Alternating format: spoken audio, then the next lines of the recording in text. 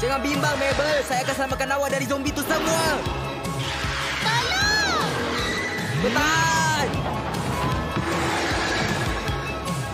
Lagi kuat awak meronta, lagi suka untuk kami semua. Baik, okey. Pegang tangan dia betul-betul. Lepaskan saya!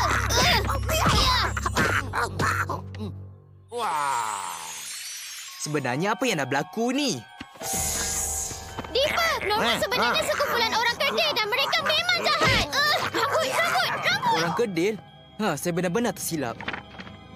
Orang Kedil, orang bersaiz kecil di dalam hutan Gravity Falls. Kelemahan tidak diketahui. Oh, tolonglah! Hei! Lepaskan adik saya! Oh, hei awak, dengar sini. Ini semua betul-betul dah salah faham ni. Adik awak bukannya dalam bahaya. Dia cuma akan berkahwin dengan kami dan akan menjadi pemaisuri untuk selamanya. Betulkah, sayang? Kamu semua berwajah hodoh.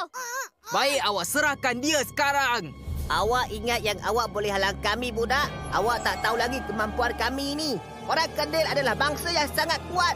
Awak jangan main-main. Dia larikan pemaisuri kita. Tidak! Tali pinggang. Awak cari pasal dengan orang yang salah, budak. Hei, orang-orang Kedil hutan. Berkumpul sekarang.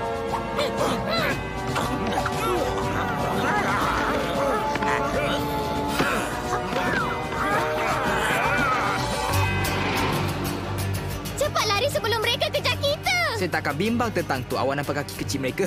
Mereka memang kecil.